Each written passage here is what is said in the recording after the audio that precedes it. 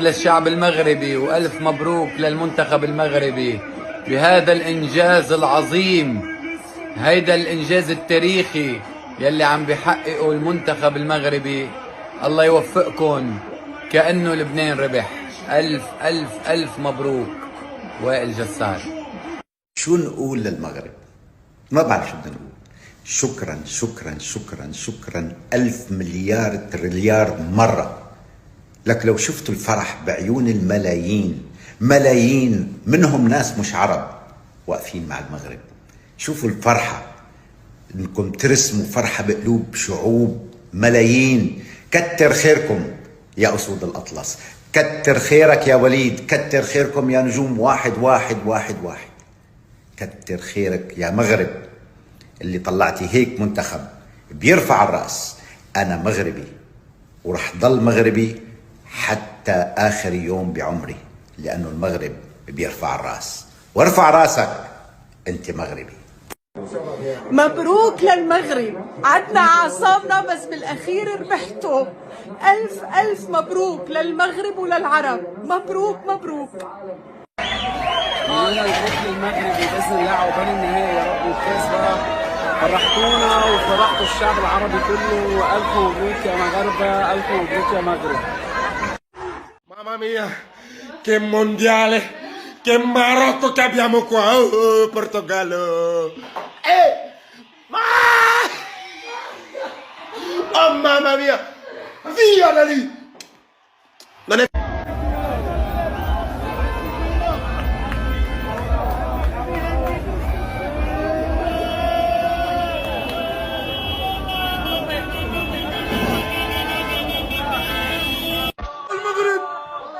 المغرب طلعت البرتغال من اسبانيا وتأهلت بمجموعة فيها بلجيكا.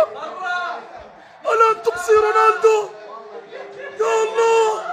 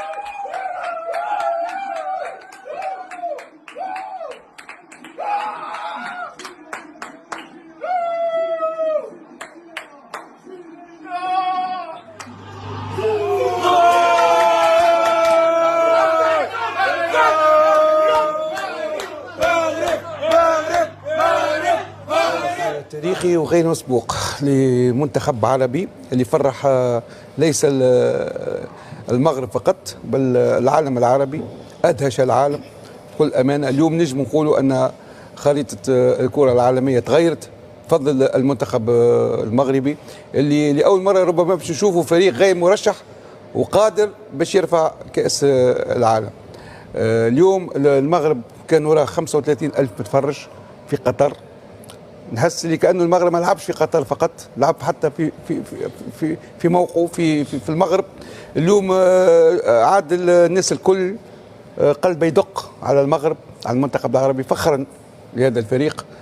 اكيد اليوم نجم نرفع رؤوسنا لان المنتخب العربي يرفع راس كل العروبه من بوابه كره قدم، وهذا هام جدا. والتاريخ سيشهد على إنجاز المنتخب المغربي اللي بصراحة أدهشنا. واليوم كنا الناس كل فرحانين، خاصة الجالية التونسية اليوم كانت وراء المغرب، معناها كان لاعبين يخرجوا من أكاديمية هي من أفضل الأكاديميات اليوم الموجودة في العالم، أكاديمية محمد السادس. واليوم اللاعب اللي سجل يوسف نصيري هو متخرج من الأكاديمية هذه، وفما ديزاكاديمية أخرين قاعدين توا بصدد الإنشاء في المغرب، وفما دورة كبيرة توا في الفترة هذه، وكأس العالم قاعد تلعب متاع الفئة السنية أقل من 19 سنة، دورة عالمية تشارك فيها الأكاديمية هذه. كل الفرق الكل اليوم في المغرب قاعدة تخدم، قاعدة تحسن. كل يوم عندك تليفون؟ عندي تليفون. ليه كمل فكرتك وانا نمشيو للتليفون. اليوم البنية التحتية الكبيرة والملاعب اللي نشاهدوهم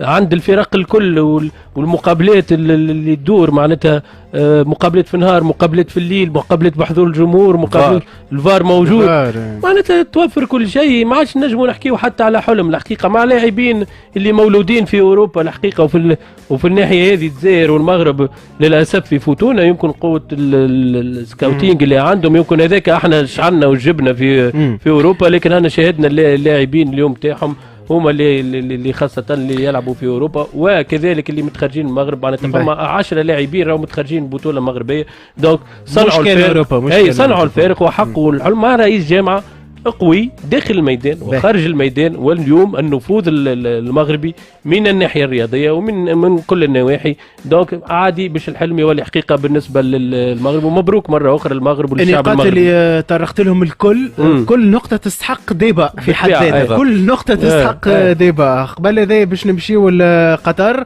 ملعب الثمامه اللي احتضن المقابله، الاجواء مباشره اجواء تاهل وفوز المنتخب المغربي مع هادي باخوش. مرحبا هادي، نباركوا لك انك عشت الايفينمون هذا، عشت حاجه تاريخيه سور بلاس. اذا كنت تنجم توصف لنا الاجواء وتحاول تقربنا تعيشنا في اجواء ملعب الثمامه حاليا. اكيد دائما اكيد اجواء عالميه لهنا في ملعب الثمامه. المنتخب العربي، المنتخب المغربي اللي ترشح لاول مره كمنتخب افريقي ومنتخب منتخب افريقيا ومنتخب عربي للدور النصف النهائي. الجماهير اللي هنا معنا فرحانه. واحد من الجماهير اللي شجعوا اليوم، احكي لنا احساسك يا نجي ما نحكي لكم هذا اللي كنعيشوا اليوم عمرنا ما عشنا في حياتنا. تخلقيت مغربي في الدار البيضاء، ما عمري ما احتديت شي نهار في حياتي. فرحت بحال اللي فرحت اليوم، والله الا نهار جبت الباك ما فرحتش بحال اللي فرحت اليوم. ما عرفت شنو غنقول لكم. انا صافي قلبي كان غيدخل واحد 10 المرات، ولكن ماشي مشكل، غندخلوا المغرب كاس العالم ان شاء الله بحول الله. وحلم مشروع المنتخب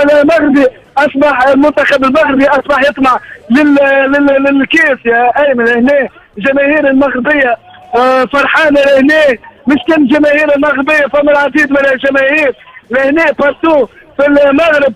الف مبروك خلينا الجماهير نسمع جماهير هنا كما قلت لك يا ايمن. برشا جماهير. خلينا نحكي لكم لهنا في المباراه والكونسنتراسيون الكبيره من لاعبيه المغرب من الدقيقه الاولى حتى لاخر دقيقه. حتى انا كي ماركيت المغرب كل تونس ماركيت، يعني كي تسجل هدف عندي فما احساس انك تعيط مع الهدف، فما احساس انك تنتمي انك تنتمي باش تكون منتخب عربي. خلينا نقولوا لهنا حد لا يعني كان يوصف او كان يتصور انه المنتخب المغربي باش يكون في الدور النصف النهائي من كاس العالم، يلعب معاه مع الارجنتين مع كرواتيا في انتظار انجلترا ام فرنسا. المنتخب المغربي حقق الحلم نتاعه، حقق حلم المنتخبات العربيه والمنتخبات الافريقيه، وصل لدور النصف النهائي المونديال. يعطيك صحه هادي بخوش. مشرق الانوار، منتدى السؤدد وحماه.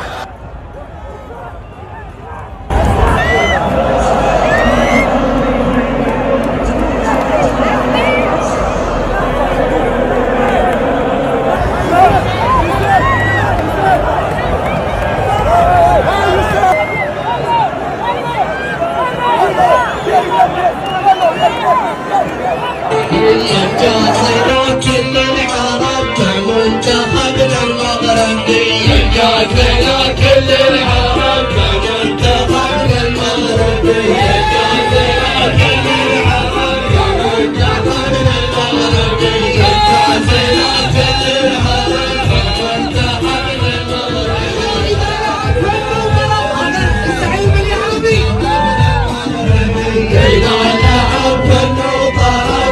العزاء